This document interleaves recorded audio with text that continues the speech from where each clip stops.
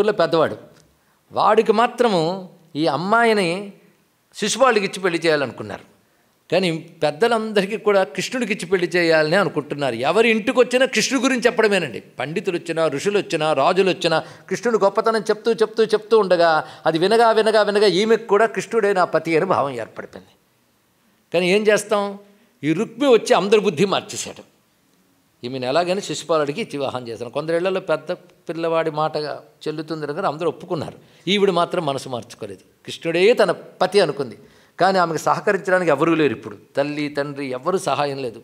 శిశుపాలుడు ఫలానా రోజు వివాహము ఫలానా ముహూర్తంని పెట్టేశారండి. అప్పుడు అమ్మవారికి ఏం చేయాలో తోచలేదు.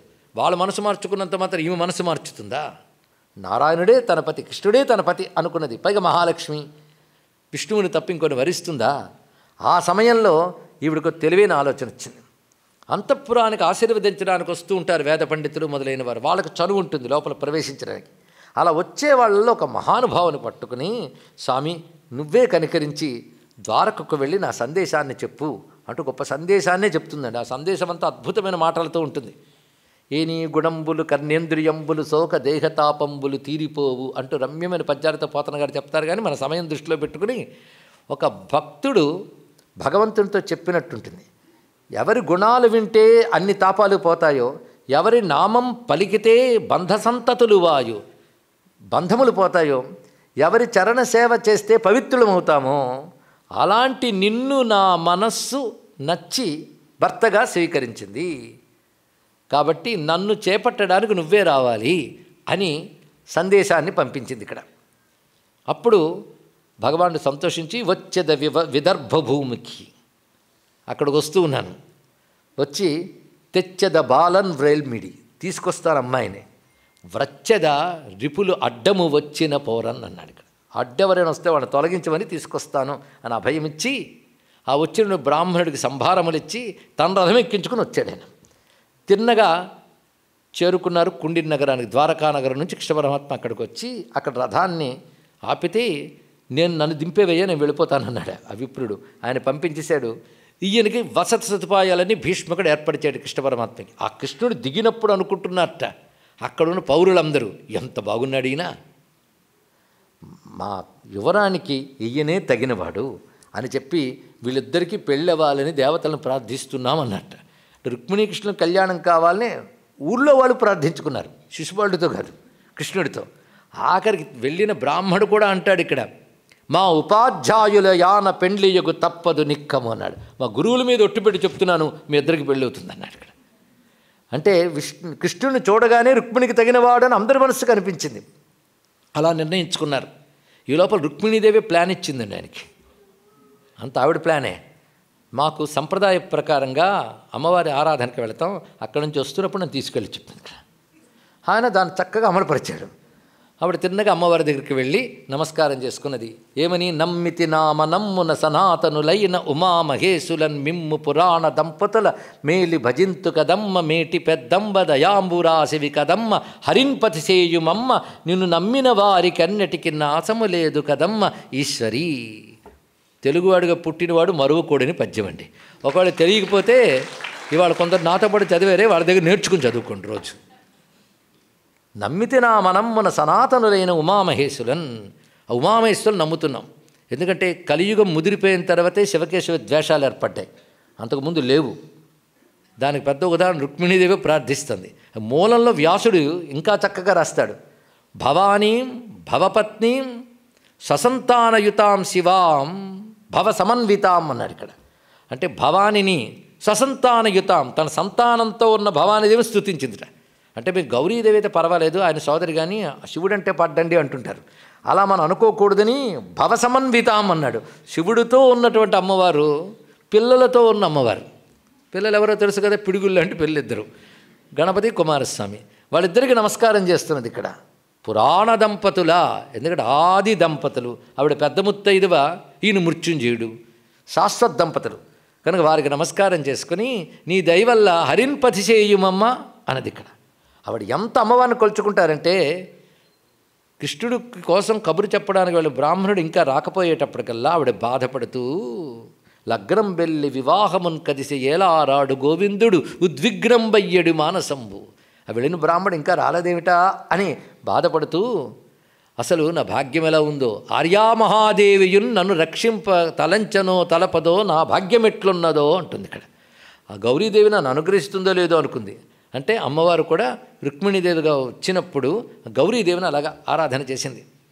మొత్తానికి శేషలల్ల దాల్చి శివవల్లభకు మృక్కి, అక్కడ ఉన్నటువంటి ఋషుల పత్తులు మొదలైన వారు అక్షతలు వేశారు అమ్మవారి శిరస్సుపై ఆలయంలో. ఆ శేషాలు అంటే అక్షతలు, శేషలల్ల దాల్చి శివవల్లభకు మృక్కి అలా నమస్కారం చేసి ఆవిడ వస్తోందండి.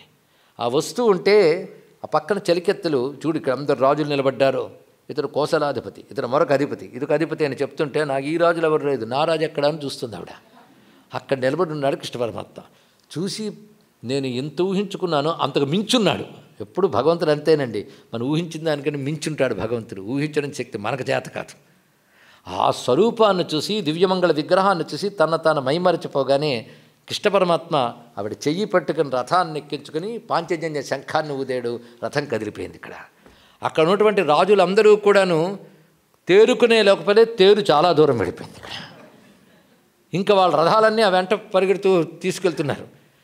కానీ బలరాముడు మొదలైన వారు కృష్ణుడితో పాటు వచ్చారు. వాళ్ళు బుద్ధి చెప్పారు, వాళ్ళందరూ దెబ్బతిన్నారు. పడిపోయినవాడు పడ్డాడు, పోయినవాడు వెళ్ళిపోయాడు. ఇంకా వదులుకోలేక శిశుపాలుడు వెనకాల వెళ్తున్నాడు, వాడు వెనకాల జరాసంధుడు వెళ్తున్నాడు. వీళ్ళు ఏంటి అలా వెళుతున్నావంటే, అయ్యో నా భార్య అన్నాడు. నీ భార్య ఏమిటయ్యా, ముందు బతుకు సంగతి చూసుకో. బ్రతుకవచ్చు వడల ప్రాణంబులుండిన బ్రతుకు కలిగే నేను భార్య కలదు, బ్రతికి తీవు భార్య పట్టు దైవమెరుంగు వగవ వలదు చేద్యా వలదు వలదు అన్నాడు. ఇక్కడ ముందు బతికే చాలు. ఆయన అలాంటి వాడు నాకు తెలుసు. 17 మార్లు దండయాత్ర దెబ్బతిన్నాను. అక్షోల్ని శైలిని అలవాగ్గా కొట్టేస్తున్నా, సిగ్గులే కూడా 17 సార్లు వెళ్ళాను. తర్వాత ఆయన ఎక్కడ వెళ్ళాడో తెలియదు నాకు. ఇప్పుడు కనబడ్డాడు. ఆయన దెబ్బేంటో నాకు తెలుసు, వెనక్కి వెళ్ళిపోవడం చాలా మంచిది అని శిశుపాలుని తీసుకుపోయాడు. ఇంకా రుక్మి చాలా బాధపడ్డాడు. మా సరి వాడవా మా పాప గొనిపోవా అంటూ ఆయన వెనకాల పరిగెత్తాడు. కానీ కృష్ణుడి ప్రతాపం ముందు రుక్మి నిరాయుధుడై రథం కూడా దెబ్బతినగా నిలబడిపోయాడు. అప్పుడు కృష్ణ పరమాత్మ బావా రమ్మని చెప్పి అతని మీద కత్తి పట్టుకుని వెళ్ళిపోతుంటే కాళ్ళు పట్టుకుందండి రుక్మిణీదేవి. మా తల్లిదండ్రులు పుత్రశోకము చెందెదరు ఈశ్వర, నా తల్లిదండ్రులకు పుత్రశోకం వస్తుంది, దయచేసి నన్ను చూసి వదిలిపెట్టేయి నా అన్నని అన్నది ఇక్కడ. అప్పుడు సరే అని చెప్పి ఆయన కట్టివేసి గడ్డము మీసము రేవులు వారు గొరిగించే, అంటే మృతితో సమానమైన శిక్ష వేశాడు. అది తను తీసుకున్న చురికతో కోసివేసాడు అక్కడ.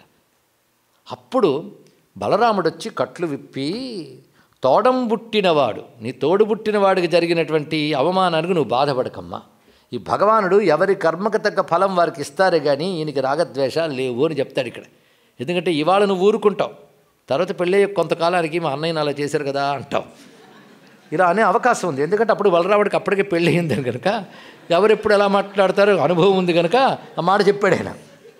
కానీ కృష్ణుడి గురించి అర్థం చేసుకో, ఆయన సామాన్యుడు కాడు అని చెప్పగానే ఆడ తర్వాత కృష్ణ పరమాత్మ ద్వారకకి చేరుకున్నాడు.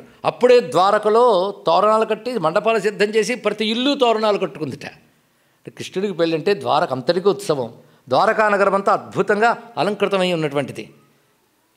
పైగా కృష్ణుడు వెళ్ళాడు తేని ఆవిడ్ని అప్పుడు చూద్దామని కాదు, కృష్ణుడు వెళ్ళాడంటే తెచ్చి తీరతాడు, ఆయన విజయం సాధించి తీరతాడంతే. అందుకే అందరూ సిద్ధంగా ఉన్నారు. అప్పుడు వివాహ వేదిక ప్రకాశిస్తూ ఉన్నది. ధ్రువకీర్తిన్ హరి పెండ్లియాడ నిజ చేతోహారిణిన్ మాన వైభవ గాంభీర్య విహారిణిన్ గుణవతి చూడామణిన్ రుక్మిణిన్ మహాదారిద్ర్య సంహారిణిన్ అని అద్భుతమైన పద్యంలో చెప్తారు పోతన గారు ఇక్కడ. అప్పుడు ఆ వివాహంకి గర్గమహాముని పురోహితుడు యదువంశం తరపున ఆయన ఉన్నాడు అక్కడ. అయితే భీష్మకుడు వాళ్ళు రాలేదు అనుకుంటాం, కానీ అక్కడ వర్ణనలో విదర్భ దేశాధిపతి వచ్చినట్లుగానే ఉంది అక్కడ. మొత్తానికి రుక్మిణీ కృష్ణ కళ్యాణం జరుగుతున్నది. రుక్మిణీ కళ్యాణం సదా దృశ్యతాం అంటారు నారాయణ తీర్థులు వారు. ఆ కృష్ణుడి పేరు కళ్యాణ గోపాలుడు. అప్పుడు కళ్యాణ గోపాలుడుగా ప్రకాశిస్తున్నాడు. ఈ కళ్యాణం చెప్పిస్తే అయిపోతుందంటే సీతారామ కళ్యాణంలో సీతారామ కళ్యాణం చెప్తే అయిపోతుంది, కానీ కృష్ణుడికి ఇదొక్కటి సరిపోదు. ఇంకా తర్వాత 7 కళ్యాణాలు అయ్యాయి, అవునా లేదా? అంతే కదా. తర్వాత 16,000 మందిని వివాహపడాడండి ఆయన. ఈ 16,000 మంది రాచకన్యలు. వాళ్ళు జరాసంధుడి చేత బంధింపబడ్డవారు, వాళ్ళందరూ కూడా నరకాసురుడి చేత బంధింపబడ్డవాళ్ళు. కృష్ణ పరమాత్మ నరకాసుర సంహారం చేసి వాళ్ళందరినీ విడిపిస్తాడు. విడిపించిన తర్వాత మీకు ఏది క్షేమమో అక్కడికి చేర్చుతాను చెప్పండి అన్నాడు. ఎంత చక్కగా మాట్లాడాడు చూడండి. నువ్వు తప్ప క్షేమం ఎవరయ్యా, నీ దగ్గరే ఉంటావని చెప్పారు వాళ్ళు ఇక్కడ. అయితే అక్కడ భూదేవి ఉంటుంది, భూదేవిని చూస్తాడు, ఏమంటావని. వాళ్ళందరినీ చేపట్టమని నీకు చెప్తున్నాను అన్నాడు. ఎవడి వల్ల అవుతుందండి? కృష్ణుడి వల్లే అవుతుంది. కృష్ణుడు 16,800 మంది ఉన్నారండి అని మనం అంటాం, కానీ కథ జాగ్రత్తగా వినాలి. ఇక్కడ 16,000 మందిని కూడా 16,000 గృహాల్లో 16,000 రూపాయలతో ఒకే ముహూర్తంలో కృష్ణుడు వివాహం ఆడాడు. ఇది నమ్మితే అది నమ్మండి. ఇక్కడ ఇది గ్రహించవలసిన ప్రధానమైనటువంటి అంశం. ఇక్కడ అంతకుముందు 8 మంది ఉన్నట్ట, సత్యభామ ఇత్యాదులు, వాళ్ళు పట్టమహిషులు, వీళ్ళు 16,000. 16,008 గృహాల్లో కృష్ణుడు ఎప్పుడు ఉన్నాడు అంటే ఏ ఒక్కరికి కూడా కృష్ణుడు మరొక దగ్గరికి వెళ్ళాడు అనే భావమే లేదు. కానీ కృష్ణుడు భార్యల్లో సవతి పోరు లేదు, తెలుసుకోండి. మన సినిమాల్లో వాటిల్లో